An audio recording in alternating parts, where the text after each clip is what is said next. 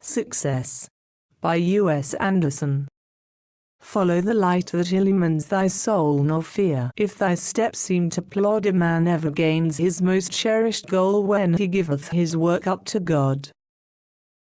Money, a medium of exchange. Success is a constant vision in the mind of modern man, which envisages it always as a pinnacle of wealth where he sees himself surrounded by large homes, motor cars, yachts, servants, trips abroad, and plenty of time to enjoy himself. What obtains these things? Asks modern man, and he answers quickly: money. So off he sets with his battle cry ringing, "Make money." It is little wonder that from this absurdly false premise he scarcely is able to obtain enough to pay his bills. The only people who make money are those employed in the various governmental minting houses. The rest of us earn it. We earn it by providing our fellow beings with services on products which are both needful and useful. Our fellows make a like effort in our behalf. We exchange goods and services, since it would be extremely difficult for a man to carry a steer to Detroit to exchange for an automobile. Money has been devised to represent both of them. We go through our days exchanging our services for the services of our fellows, and the exchange of money represents nothing more than the exchange of services. Success is not the result of making money. Making money is a result of success. And success is always the fulfillment of the individual in productive effort that betters the welfare of mankind. Modern man has got the cart before the horse. He lets out to make money when in truth he should set out to be of service. Create, build, serve. Those are the commands of nature. Follow them, and you will find there is no limit to the prosperity and abundance of the universe. He who sets out simply to make money, sets out to accumulate money. Since acquisitiveness provides no noticeable service to mankind, our incipient money-maker has defeated himself at the start. This is not to say that he may not, for some period of time, actually accumulate a certain amount of money.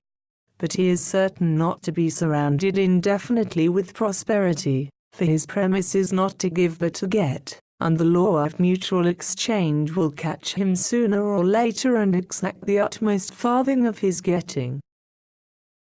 Money has become a controversial subject. The possession or lack of it determines the size in revolutions, in wars that set one country on another. In an age when the miracle of man's existence has been rudely shunted out of mind by reverence for material possessions, man has replaced hope and love and peace of mind with despair and hate and confusion by switching his worship from God to dollars. Money has become an end in itself, and any means of accumulating wealth becomes justified because of that end. Bleak indeed is the prospect of the man who reaches the highest pinnacle of wealth and sees its futility. He cannot buy peace of mind, nor stay his body from aging, nor stop death. And he comes at last to wrestling with his soul, if indeed his years of ignoring that soul have not withered it away. Myths of materialism. Abundance and prosperity are true spiritual conditions and are desirable and just for all men, but the pursuit of money for money itself is both senseless and degrading to the spirit, for it ignores the destiny of man. Modern social structure, of almost complete interdependence, causes each of us to lean heavily on his daily supplies of money to provide food and shelter and the comforts of life, things that most of us are not equipped to obtain in any other fashion than through the use of money. Money becomes our staff of life. Our security rests upon it. And we overlook the eternal truth that security always lies within. In America we have foisted upon succeeding generations of children the myth of the go-getter and the legend of the millionaire, and we have done each generation a great disservice. The myth of the go-getter is rooted in the philosophy of dog-eat-dog and survival of the fittest, and millionaires are all too often the product of an acquisitive society. The go-getter is a result of a materialism which believes there is limited supply and not enough to go around, and each man has to provide for himself by taking from others. The millionaire is the product of the same materialism that attempts to create security through possessions. Each of these phenomena of our modern age defeats itself. A man whose premise for success is founded on taking away is inevitably visiting upon himself this same kind of treatment. A man whose security is founded on material possessions is doomed to see his security corrode and rust and wither away, leaving him with nothing but confusion. Spake Jesus, Lay not up treasures upon earth, where moth and rust doth corrupt, and where thieves break through and steal, but lay up treasures in heaven, where neither moth nor rust doth corrupt, and where thieves do not break through and steal, for in her your treasure is, there will your heart be also. Let money measure your service. Let your thoughts be always on the further service you can be to your fellows, and you will find their gratitude coming back to you in the form of money. Perhaps not from the persons you have served, but return it will, for that is the law. Take your satisfactions from service, constantly seek to expand and improve it. Take no thought for the money, which is always the result of service, and you will find yourself involved in an abundance that is unshakable, for it comes from the roots of the soul. Prosperity is founded on the law of mutual exchange. So is poverty. Whatsoever ye would that men should do to you, do ye even so unto them, said Jesus, for he saw the great exchange of all life, and he knew that one who contributed to impoverishment must be impoverished in turn, and one who contributed to prosperity must prosper himself. So it is that what you give you must get, what you sell you must buy, what you think you must see, and all things return home once again. If we want money, it is because we want the service of others. If we want the service of others, we must provide them with equal service in return. Our success is measured always in the quality and quantity of service we render, and money is a yardstick for measuring this service, a very fallible one it is true, but a yardstick nonetheless. Perhaps you are calling to mind instances of people who have been enriched through swindles and through violence and through false promises. Do not be tricked into believing this. Nothing is judged on the day of its appearance, and nothing corrupt can stand. Prosperity based on falsehood is false prosperity and will wither before many a sun. The lasting wealth of this world is rightfully won by those who have rendered service in equal measure. Such money is not taken away from anyone. It represents but a fraction of what has been created. The man who has surrounded himself with lasting prosperity has enriched the whole world through his efforts.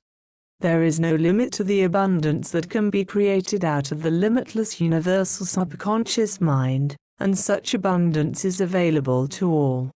No man can enrich himself without enriching others, for the law of life is that we do not progress singly, but by twos and threes and groups. And whosoever provides a great service cannot avoid a great reward, any more than one who provides no service at all can avoid a condition of poverty. Power is creativeness. Money then is never an end, never a means. Always it represents service only, for it is never more than a medium of exchange, and we can no more stop it coming our way when we are rendering service than we can start it coming our way when we are not. Above all things, dispense with the idea of getting the best of people. Each of us is like a pole in the flow of electric current. We absolutely cannot receive more current than we transmit, and always get back exactly what we send out. For moments in our lives, days, even months, We may seem to be giving more than we are receiving, or receiving more than we are giving, but in the end the flow always balances. We never get the better of anything, nor are we ever dealt the worst. There are no bargains in living, nor is anyone duped except by himself. Mutual exchange is always with us. It is life itself. And he who recognizes this will spend his hours developing his capacity to serve and build and create and give. Whosoever compels thee to go a mile, said Jesus, go with him twain. No service that you perform can possibly go unrewarded. And no disservice that you perform can possibly go unpunished. The law of mutual exchange is the law of morality, of sin and punishment, of righteousness and reward. How best can we serve? The answer is by creating, never by competing. We serve neither ourselves nor humanity by competing for another man's job, another manufacturer's market, another man's business. We serve by creating new jobs, new markets, new means, new methods. The magic that makes each of us what he is springs from an inexhaustible source. We are creative creatures, umbilically tied to the creative power of God. We create by our thoughts, miraculously, each moment of every day. Beneath the level of our consciousness there lies an infinite pool of knowledge upon which we may draw for every project we have the courage to embark upon. Always God gives threads to those who spin a web, and he smiles on those who dare and aspire. No man is denied this creative power. It is the foundation, the root, the very essence of each of us. By working with it we are carried to dazzling heights. By opposing it we wither our lives in endless rounds of futility. The secret which every intellectual man quickly learns, that beyond the energies of his possessed and conscious intellect he is capable of a new energy as of intellect doubled upon itself, by abandonment to the nature of things. That beside his privacy of power as an individual man, there is a great public power upon which he can draw, by unlocking, at all risks, his human doors, and suffering the ethereal tides to roll and circulate through him. Then he is caught up into the life of the universe, his speech is thunder, his thought is law, and his words are universally intelligible to plants and animals. Emerson. I often engage in buying and selling oil properties, and occasionally someone will ask, how do you figure you are rendering creative service when people sometimes buy oil properties from you without realizing a return on their investment? I usually answer, everyone gains in some manner. All men benefit from the development of the petroleum industry, through heating, transportation, plastics, to name only a few, and the interchange of oil lands is an integral part in the creation of the vast reservoir of petroleum that is so essential to our modern life. True, there are those who prosper more than others, but this is a law of life, and nothing can alter it. No one fails but another forges ahead. Nothing is lost, nothing wasted. We all fulfill the fondest wish of God when we take part in activities that create new wealth, new methods, new gains for mankind. During my years in the advertising business, I once had a client who sought new customers in an intensely competitive market. His answer was to cut prices to the danger point and employ great hordes of salesmen who used every possible ruse to sell. Despite the most frantic of his energies, his sales continued to decline. Look here, he said, I'm just as smart as my competitors. I work harder than any of them. Yet people buy their products, not mine. What's the answer? Do you like cheap imitations? He was asked. Of course not, he answered. Then, what leads you to believe your customers do? I never said they did, he protested. But you act like it, You make a product just like Jones's, only not quite as good, so you can sell it cheaper. You don't expand because you don't aspire. You need something new, something you, yourself, have created. That's easy to say, he answered, but what? Only you can find the answer. There is a great creative power that will work through you. Try opening your heart and mind to your inner self. How? He asked. Through prayer. This man must have found a direct wire to God. Whenever a new product is introduced in the drug and grocery stores of the nation, chances are it is his. Needless to say, he is a leader in his field. Recently he was asked about the secret of his success. I have a wonderful bank, he replied. All the deposits are ideas. Whenever I want one, I simply draw it out. Unmasking the ego. Life is seeking to achieve. By seeking for achievement in our own lives, we make ourselves one with the purposes of the universe and become caught up in enrolling tides of unlimited power. And always we achieve by creating. Always we achieve by cloistering ourselves with universal subconscious mind, by seeking the center of consciousness, by becoming one with God and getting ourselves out of the way. The thing we believe ourselves to be is never ourselves at all, but merely a papier-mâché gown we have donned and pleased ourselves to call I. This is ego, tricky, despoiling ego, product of the awakening consciousness, which is always attempting to isolate us, to separate us from our true being. We wear a mask of vanity, this I of ours, and before we can truly learn to create, this mask must slip away, the ego must go, vanity must go. We must strip ourselves of all pretension, of all vain posturing and humbuggery, of all personal responsibility and conceit and pride. We must reduce ourselves to nothing so that we have eyes to see at last, eyes to see the towering dimensions of our true being, a thing of no vanity at all, where all things lie revealed, the center of consciousness, the kingdom of heaven. We must get ourselves out of the way so the power can flow through. So success depends upon service, and service depends upon achievement, and achievement depends upon creation, and all creation springs from the universal subconscious mind, which responds to us as we use it. How then shall we be creative? We are, of course, all of us, already tied to the greatest creative power under the sun. We are using this creative power every moment of our lives. Indeed, we do little else than create. Yet all too often we are using the power in such manner as to bring evil and disaster into our lives, and more often than not we have become so mesmerized with fear and frustration that we reduce our existence to mockery. The question is not how we can be creative, but instead, how can we learn to create only good? Imagination and creation.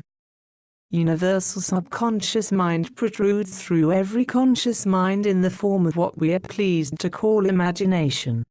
This play of imagery, which we may summon into our conscious minds, has absolutely no limit upon it except that which we ourselves impose. All creative impulses spring from imagination. The imagination of Columbus allowed him to ask, what if the world were round? Universal subconscious mind did the rest, and one day Columbus found himself sailing westward on a sea which everyone said was flat. What if a man could fly? Asked Orville Wright, and universal mind provided him with the answer one day at Kitty Hawk. It is the undreamed, the undone, the impossible, which like itself is constantly striving to achieve. Only an unfettered mind, where imagination has full play, has the audacity to challenge the impossible. What if I could make it cheaper? What if I could do it better? The imagination conceives, and universal subconscious mind delivers.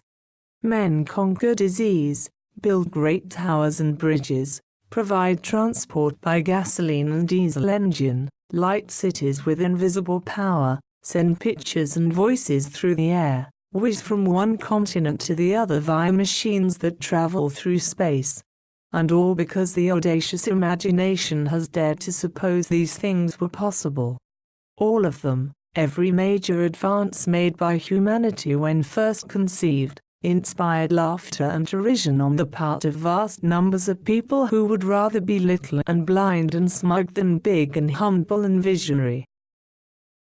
It matters not what your job is, whether you dig ditches or rule nations, the same power is available to you as is available to anyone, and even the most exalted of the earth use but a tiny fraction of it. If you will discard the false notion that security rests with material things, and place your faith and trust in universal subconscious mind, the power will go to work for you, creating in your life those very things which you allow yourself to imagine and accept. Consider the lilies of the field, said Jesus, they toil not, neither do they spin. Vain striving made them not, nor will worry hurry their bloom. They spring well formed from the power that governs all, and man may pursue his ends on earth with the same composure as a lily nestles in the field, with trust in God and faith in tomorrow. Join the power. Nothing remains static. The great rhythms of life, of birth and death, of ebb and flow, of bud and bloom, are all reaching, searching, building, expanding. God seeks to know, through man he seeks an ever greater self-awareness. He who attunes himself with the expanding nature of life makes himself one with the purposes of God, and success will surely come to him. Success, then, comes to him whose life is creative, and true creation brings forth into the material world the physical counterparts of thoughts, ideas, and conceptions aimed at the benefit of the human race. Through opening the channels by which universal subconscious may operate through us, we arrange all things in our world. Said Lao Tse, these two things, the spiritual and the material, though we call them by different names, in their origin are one and the same. To be successful, we must think success. To be surrounded by prosperity, we must think prosperity. But the prerequisite of both these conditions is to put our great creative power to use through the love of God and the love of humanity. Thus we benefit others and life itself, and our good works return home to us in the form of success and prosperity. Nothing is done by man alone. All things are done by universal subconscious mind in answer to thought and conception. What you think returns to you in physical reality, and when your thoughts are guided by love, good inevitably returns to you. Turning your work over to God, letting love into your heart through perceiving the unity of all life, guarding the bastions of the mind so as to think only positively, these are the elements of success. With the key to the secret he marches faster from strength to strength, and the night brings day. While classes and tribes too weak to master the flowing conditions of life give way. Emerson. The source of all idea. Primary on the ladder of achievement is the first rung, getting the idea. How often we are witness in this modern age to a new invention, a sweeping novel, revolutionary businesses, new forms of entertainment, education, and convenience. How often most of us say to ourselves, if only I could have thought of that, and how often we believe we might have if only chance had directed the idea our way. Chance has nothing to do with directing great ideas to the people who have them. The idea finds its owner, because the owner attracts it. He attracts it by placing himself in a mental position where the idea must come to him.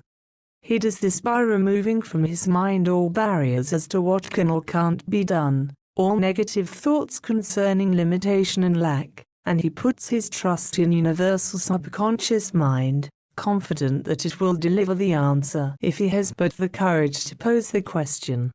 Something better, greater, finer, more useful, those are the creative aims of all of us, but we spend most of our hours placing ourselves in mental positions that attract the very opposite ideas, so firm is our faith in limitation, lack, and suffering.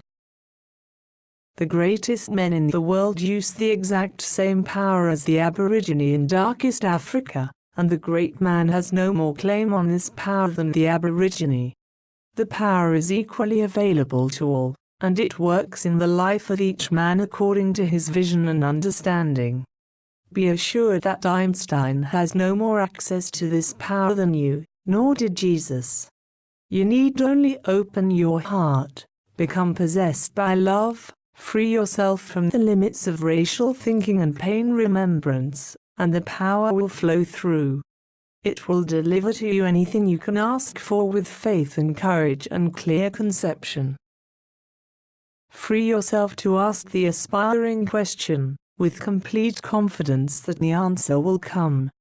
Will you write a book, build a bridge, develop a new market, start your own business, attain a better job, develop your capability for rendering increased service?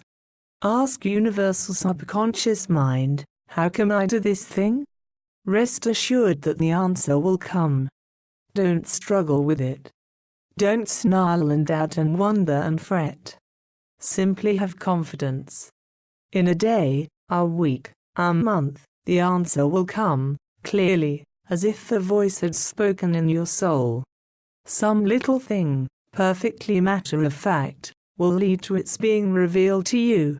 And it will be easy to say that pure chance delivered it or that it would have come anyway, so natural will it seem. But don't be fooled.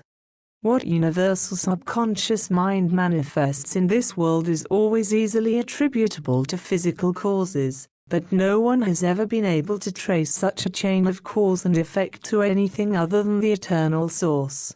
When the answer comes to your question, and a fine idea has been delivered into your life, you are witness to the handiwork of God.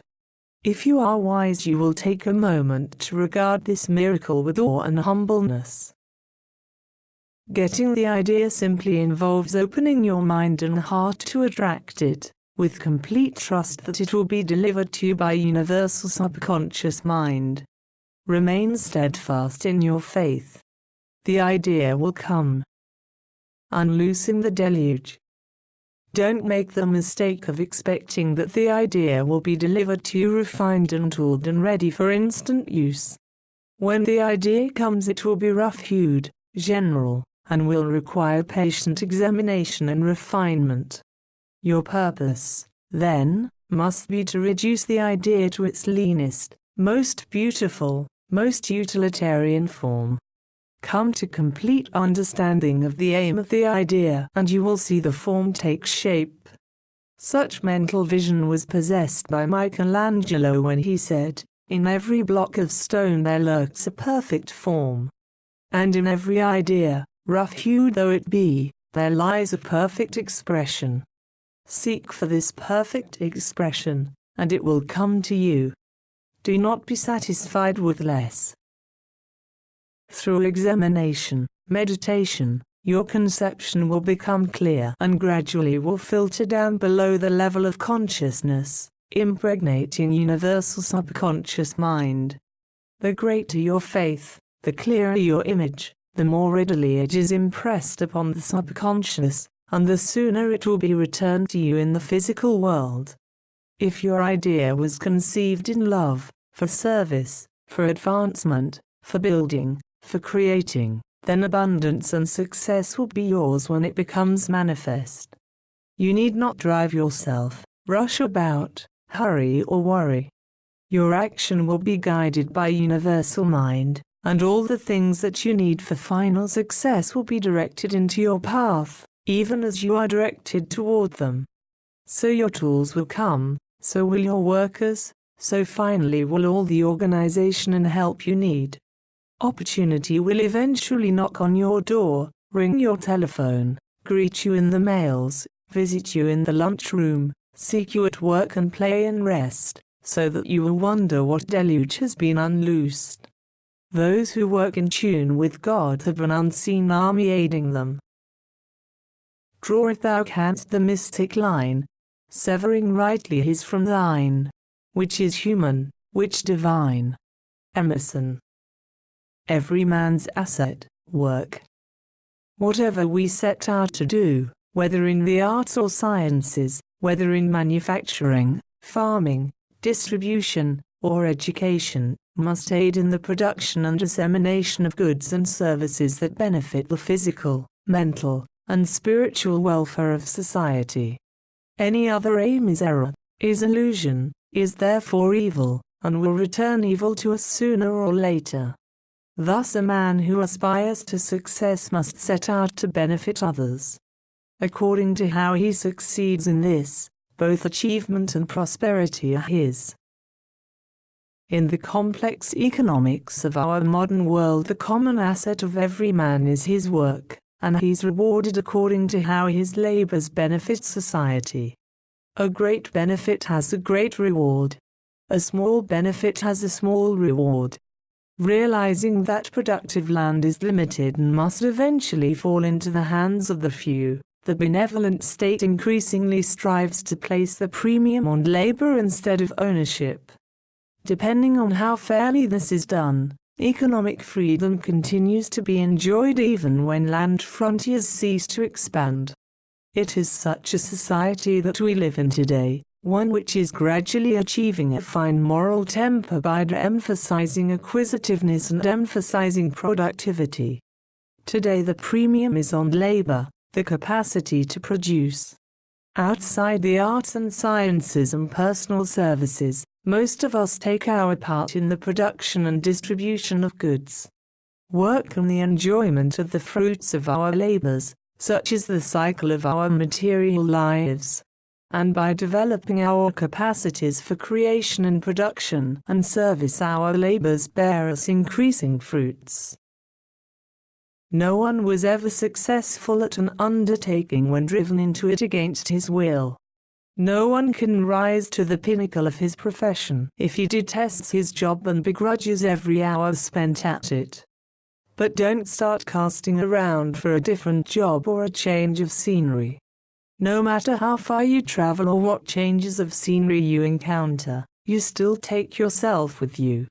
The seed of success blossoms as well in any surrounding, provided the man knows himself and the power of universal subconscious mind. It is never the job that needs to be changed. It is the person holding it. He needs to change his attitude, his mental outlook, to start thinking positively and creatively instead of negatively and begrudgingly. All of us, wherever we are, whatever our jobs, are sitting atop great opportunities this very day, but they assuredly will pass us by if we keep our minds closed to them. We need to get rid of negation, to open our hearts and our minds, to realize that the entire universe is moving forward at a great pace. We have only to hitch a ride and let the power carry us along. We have only to get our fears and doubts and negations and timidities out of the way, and burgeoning forces will carry us onward. Quote Shakespeare. There is a tide in the affairs of men which taken at the flood leads on to fortune. Omitted, or the voyage of their life is bound in shallows and in miseries. Such a tide does not come but once like proverbial opportunity, but rolls forever through all life and all nature, and is always at the flood. It may be omitted through the major years of a man's life, but will never turn away from him once he appeals to it. It is the tide of power that flows forever from universal subconscious mind. It is never too late. Never. The most prodigal and tardy of sons is always welcome to the fatherhood we're left within. Young, middle-aged, 70, the power will go to work for you this very day. You need only let it. The hobgoblin of failure. As with all things, prosperity and achievement are mental conditions, and their physical existence is merely a result of the cause that exists within mind. In order to achieve, you must first think achievement. In order to create, you must first think creatively. In order to prosper, you must first think prosperity. Since few of us are in the situations we most desire, we have no alternative, if we would achieve our goals, than to rise above our circumstances. We must not allow our thinking to be governed by the conditions that surround us. Confusion is the hobgoblin of all failure. Confusion between what constitutes a cause and what constitutes a result. Our racial prompters, our national prompters, our social prompters, our individual pain remembrance prompters would have us believe that cause lies in the physical world. When we are surrounded by poverty, we think poverty. When we are surrounded by disease, we think disease. When we are surrounded by failure, we think failure. When we are surrounded by hate, we think hate. Thus we become automatons, victims of circumstance, reflexive organisms instead of self-determining souls. Do not be confused between the physical, which is always a result, and the mental, which is always a cause. Refuse to let circumstance alter your thinking, and you will see circumstance grow into the image of your thought. He who discovers the center of consciousness, the kingdom of heaven, always remains untouched by the world about him. His foundations rest in eternity, and the apparent disasters and evils of the world brush lightly from him. The words of Jesus are his, before Abraham was, I am. Desire and destiny. It is a difficult thing to convince people that destiny and desire are the same thing, but there remains not the slightest doubt that this is so. Confusion comes because people believe that desire is wishing, or hoping, or envying. A man will say, "Why, I've desired to be a writer all my life, and I've never had anything published, nor even come close to it." We might ask then, "What have you written?" And be assured that his answer will be, "Well, I've started quite a few things, but I can't ever seem to finish them." He doesn't desire to be a writer. He actually desires not to be a writer. He is so convinced of failure that his escape mechanism prompts him never to finish anything so that he won't have to suffer the fear of having it rejected. Desire always springs from emotion, and emotion is what impresses a conception on universal subconscious mind. People are forever adopting attitudes that are in direct contradiction to their emotions, simply because they want another face to present to the world. They go to great lengths to preserve this face, some of them even winding up in institutions for the insane, but they do absolutely nothing about changing their feelings. Beneath the level of consciousness, their desires are all aimed at negative things, through fear, hate, or insecurity, even though the face they show to the world seems pleasant and aspiring. We know them and find them wherever we go. They are our brave little martyrs, long-suffering, our good people whom fate seems to delight in dealing blow after blow. They are not to be chastised or scorned. They would help themselves if they could. They simply do not know how. Do not confuse true desire with the defense mechanisms of your conscious mind. Know yourself. Lay bare the bones of your feelings, expose them, no matter the pain or suffering or humility involved. For only when your hurts and griefs and torments and fears have been cast away can you find your true being and see the nature of the power that flows forever through the depths of your soul. William James spoke. Individuality is founded in feeling, and the recesses of feeling, the darker, blinder strata of character, are the only places in the world in which we catch real fact in the making, and directly perceive how events happen, and how work is actually done. The false face. Desire and destiny, mind and matter, the thought and the circumstance, are all one and the same. What you truly desire to be beneath the level of consciousness, you will be. Nothing in the world can change this fact except changing your subconscious desire, by meditation, by positive thinking, by coming finally to full recognition of how you inevitably shape your own fate. By the very nature of your affinity with the universal subconscious mind, that it is impossible for you to have a true desire that does not manifest in your life. No man can know himself by examining the surface of his mind, for this is his front, the face he shows the world, the mask he has donned to hide his hurts and sufferings and shames and fears and chastisements. To truly know yourself, you must look first at your life, objectively. The things that surround you, the circumstances you are involved in, these have sprung from your subconscious desires. It will avail you nothing to protest that this is not so. Facing this irrevocable fact requires humility and very often considerable emotional suffering.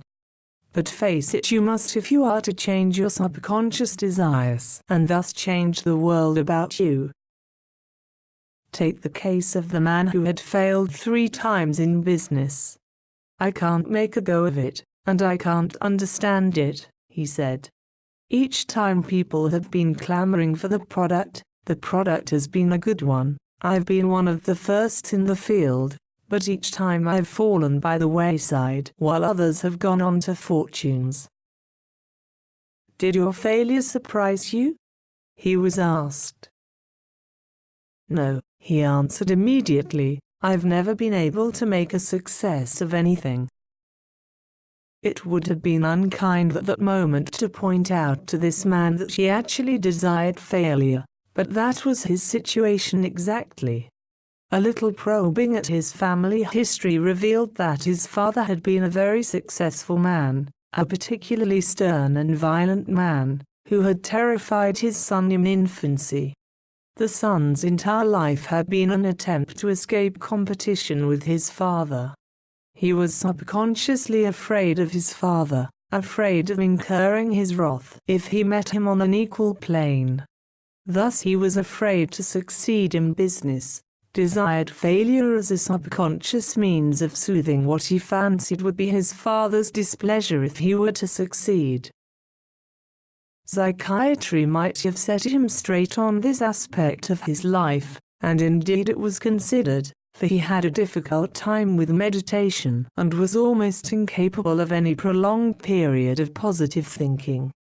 But he persevered. Today he heads one of the most promising firms in the country, takes on innumerable tasks, all successfully, and no longer seems able to understand the man he was 3 years before. "I've got it now," he says. "It's viewpoint. All a matter of the way you look at it." We might smile at this apparent oversimplification, but the truth is always simple to one who understands. Slaves and masters. The world is full of people who put the power of the subconscious to beneficial work in one aspect of their lives, but use it destructively in all others. Men are healthy but poor, wealthy but sick, creative but unhappy, powerful but unloved. And always, in such cases, they use the power unknowingly, without control, having built habit patterns of positive thinking in certain lines and patterns of negative thinking in others. Only in one tiny orbit of their lives are they masters. In all others they are slaves.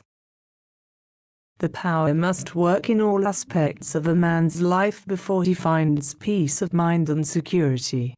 It is a small thing when it works in the realm of prosperity alone.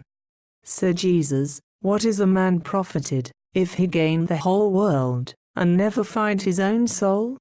Indeed, The vanity and egocentricity that usually accompany wealth and social position make it increasingly difficult for a man to attain the humility and lovingness necessary for the discovery of the center of consciousness. Jesus pointed this out when he said, "It is easier for a camel to go through the eye of a needle than for a rich man to enter the kingdom of heaven." Riches beget vanity, and vanity is a bar on the door. Yet if a man will first discover the center of consciousness, abundance and achievement will fill his life, and he will truly understand that it has not been produced by his inconceivably small eye, but by the power of universal subconscious mind. Seek first for the center of consciousness, all else will follow. Success comes from successful thinking, which comes from inner poise and spiritual courage, which comes from a man's discovery of the eternal self that dwells within his body. "Wist ye not I must be about my Father's business?" becomes the motivation of his life. No aspiration is too high, no task too great, for he sees the grandeur he is caught up in, understands all things are possible to the power that dwells within. The seed and the harvest. Hard work is the bugaboo of success for most of us. We see the immensity of our contemplated tasks even before we begin them. Imagination is both our blessing and our curse. Through it we perceive our aspiration, and through it is revealed the long road that sets us to despair. We have not yet learned that all paths must be trod step by step, whether they lead to the pinnacle of the highest mountain or to the top of a gentle slope. Nor have we learned that the fruits of today are always the seeds of yesterday. Dink Templeton, now an outstanding radio and newspaper sports commentator, once guided Stanford University to some of its greatest victories in track and field, both as competitor and coach. Dink used to say to his teams, "It doesn't matter what you do the night before a track meet, what matters is what you've done the 6 months before." Dink made certain his teams were prepared when they took the field. His remarkable record was no accident. Each day of your life you are sowing seeds that one day you must harvest. When you have come to truly understand this, you will take your satisfaction from your work and never from your harvest. For the sowing of the seed is all any of us does in this life. The shoot, the bud, and the flower are all the work of the universal subconscious mind. No goal is too distant, no path too arduous when we take the journey step by step. Withdraw your mind from the seemingly impossible summit and turn your attention to the step to be taken today. Our steps through life are chains of cause and effect, and each step successfully taken delivers the next one to us with greater ease until in the end the final goal is ours. No man can be happy, efficient, creative at his work when he's unhappy with his situation and lives for another day. All of us are too prone to postpone our living until some nebulous time when our ship will come in. Nothing is so apt to inject dissatisfaction into our lives as this wasteful attitude toward the most perishable of all things we know, time. Today, this very day, is the most important time of all, for what we do today determines what we will be tomorrow. Therefore turn all your attention to your labors of the moment, absorb yourself, take your satisfactions from each thing you do, however humble in your own mind. Nothing is small or petty in this life. The massive door of a vault swings on the apex of a tiny jewel, and men have become great through learning how to do well the lowliest of jobs. Making hard work easy. There are no such things as hard work and easy work. There are only repugnant work and enjoyable work. If you would make work easy, then enjoy it. Whatever you enjoy and lose is a creative power that enables you to do it well. A job done well leads to a greater job, and then still a greater, until your dream springs from mind to join you in the world. Success comes to him who builds his house with unremitting purpose, stone by stone, taking as great care with the first as he does with the last, knowing always that the most important stone is the one he lays at the moment. Inherent in every cause is its exact result, for effect is nothing but cause moving through space and time. When we have learned life's great lesson that cause and effect are one, we have achieved that pinnacle of serenity where our labors always bear fruits of enjoyment. Anxiety, worry, fear, and doubt can no longer tempt us, for having set cause in motion we are assured of effect. Hard work is made easy work through knowing that none of our labors is wasted. The universe exacts the utmost portion, but also returns the utmost portion, for mutual exchange is the law. No matter the apparent thanklessness of your tasks, you can be assured that they are part of a purpose that will one day be fully revealed, a purpose grand and aspiring, which you become a part of when you keep faith and persevere. As Emerson wrote, "No fate save by the victim's fault is low." No man is deterred from the great and good ends of life unless he warps his own God expression through negative thinking and fear. No task is too great for one who leaves his plan in the hands of universal subconscious mind and concerns himself solely with his day's work. Inch by inch, foot by foot, step by step is the kind of progress life itself makes. Lasting success is evolved slowly, just as it requires a longer time to lay the foundations of a building that will tower into the sky. The satisfactions of the journey are always to be found on the way and never at the destination. He who has learned this has learned the secret of peace of mind. Let your work be an expression of your love. Thus will you render true service. Wrote Khalil Gibran. And I say that life is indeed darkness save when there is urge. And all urge is blind save when there is knowledge. And all knowledge is vain save when there is work. And when you work with love you bind yourself to yourself, and to one another, and to God. All labor of love is not labor at all, but joyous self-fulfillment. Good works are simply love expressing itself, and a man whose heart is full of love reckons not the support of the flesh in the sweat of his brow, nor does he curse his hours of labor, nor begrudge his appointed tasks. Through his love of life he sees in all work the opportunity to serve, and serve he does, and fulfills himself, and God. The reckoning scales. The universe commands self-fulfillment and never self-sacrifice. He who destroys his own life for some fancied thing, acts through vanity, and destroys a work that God has wrought. Through each of us God has become a unique thing, and by following the nature of our being to fulfillment we have fulfilled the fondest commandment of life. We have neither the knowledge nor the authority to decide that anything merits our own destruction, for it is no less evil to destroy ourselves than it is to destroy another. Self-sacrifice of our immortal soul, the universal self, we can never do without acting against the purposes of life. But self-sacrifice of the vain I, the ego, the isolated self we all must do eventually, for only when the ego goes can the immortal self peer through. Wise is the man who strives for fulfillment of the great self that dwells within him. To this end he will make any sacrifice, but he will never sacrifice the self, or his knowledge of the self. All his aims will be at ridding himself of ego, at achieving unity with universal subconscious mind, at communion with the center of consciousness. Thus success will come, thus prosperity. The end.